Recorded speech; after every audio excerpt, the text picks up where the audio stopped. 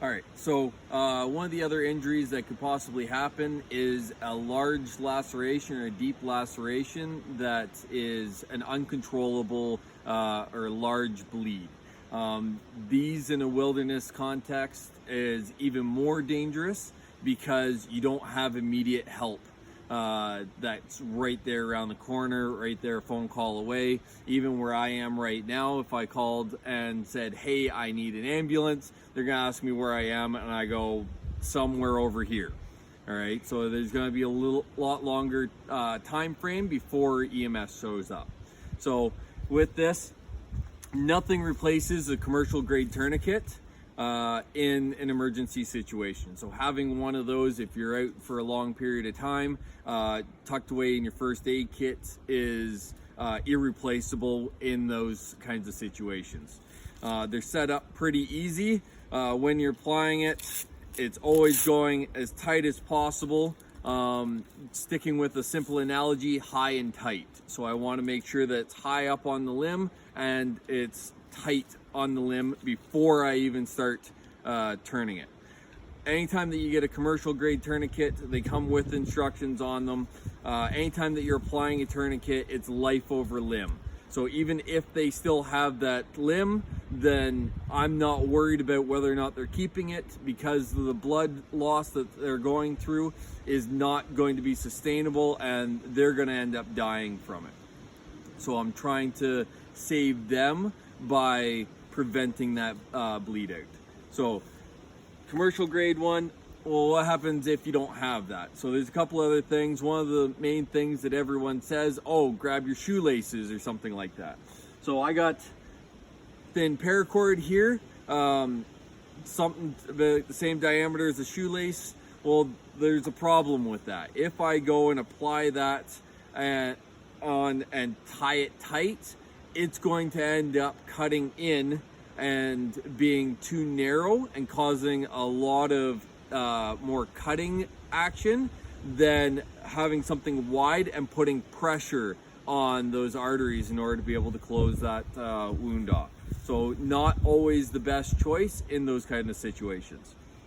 It's something that else that you could use, going back to that triangular bandage, you can use something like that in order to be able to place it on. So creating it, it's going to be a little bit more wider to be able to use.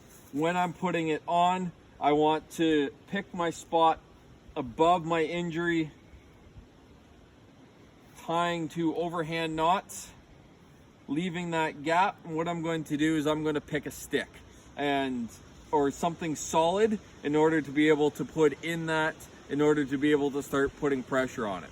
Now, if I grab any stick off the ground here, I want to make sure that it's solid, because if I go and put that in and start cranking on it, last thing I want is that stick to be able to break.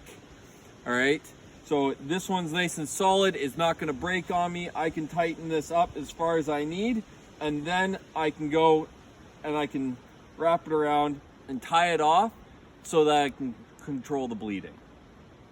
Something else to consider with the tourniquets is a belt. So you have triangle bandage. If you have a first aid kit with you, most first aid kits have lots of triangle bandages in them. Going into a belt, if I'm going to utilize a belt, I want to make sure that it's a synthetic material. I don't want anything like leather. Leather will tear when I'm using it at different angles. So what I can do is I'm going to undo this, because I'm never going to be able to just tighten this on it properly. After that, I'm going to tie it the same way I did the triangle bandage, in around, put the stick through, and be able to tighten it from there.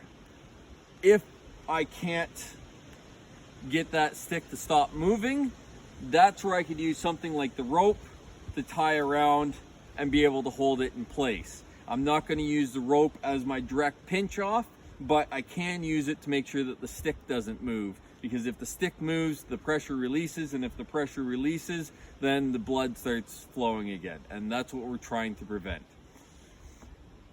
Always, anytime that you use a tourniquet, it is life over limb. I can't stress that enough, because this is one of those, they're not going to make it till EMS. So this is an immediate action scenario, and controlling that bleed your first step, and then getting EMS and then worrying about transport is all secondary in these kinds of situations.